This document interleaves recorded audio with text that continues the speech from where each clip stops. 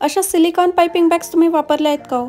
मला या बॅगची आता इतकी सवय झाली आहे ना, पहिली फाटली म्हणून मी ही दुसरी नवीन विकत आणली. नोझल वर्कसाठी जनरली मी ह्या बॅग्स वापरत नाही, पण केकला फिनिशिंग देण्यासाठी जेव्हा आपण क्रीम अप्लाय करतो त्यावेळी ही पाइपिंग बॅग मी वापरते.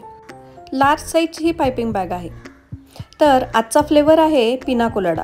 पायनॅपल फ्लेवरचा केक स्पॉन्ज बेक करून घेतला. शुगर सिरप वापरणं मी आता बंदच केलं आहे. पाण्यात पायनॅपल क्रश टाकून त्याने केक बेस सोक करून घेतला. क्रीममध्ये थोडं कोकोनट इसेन्स टाकून घेतलं. त्यानंतर केकवर क्रीम अप्लाय करून त्यावरती पायनॅपल क्रश टाकून घेतला. त्यानंतर त्यावर डेसिकेटेड कोकोनट स्प्रेड करून घेतलं. अशाच प्रकारे तीनही लेअर एकमेकांवर अरेंज करून केक क्रमकोट करून घेतला.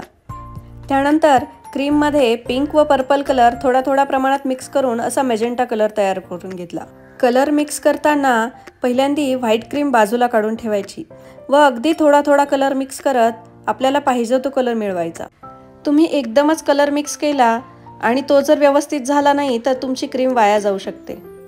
त्यामुळे व्हाईट क्रीम थोडी साईडला काढून मगच कलर मिक्स करायला घ्यायचा, म्हणजे कलर करेक्शन करताना थोडासा स्कोप राहतो. तुम्ही ती व्हाईट क्रीम वापरून तुमचा डिझायर्ड कलर अचीव करू शकता.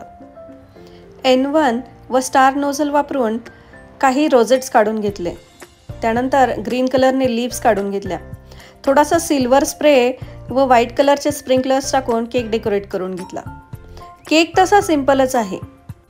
केक डेकोरेशन तसं फारसं काही अवघड नाही आहे, पण इथे प्रॉपर कलर मिक्सिंग झालं पाहिजे, ते चांगलं जमून आलं पाहिजे. फ्लेवरच्या बाबतीत म्हणाल तर प्रत्येक फ्लेवर मी आधी स्वतः घरी बनवून बघते, तो टेस्ट करते, त्यानंतरच आपल्या कस्टमरला तो सजेस्ट करते. कसा वाटला आजचा केक कमेंट करून नक्की सांगा.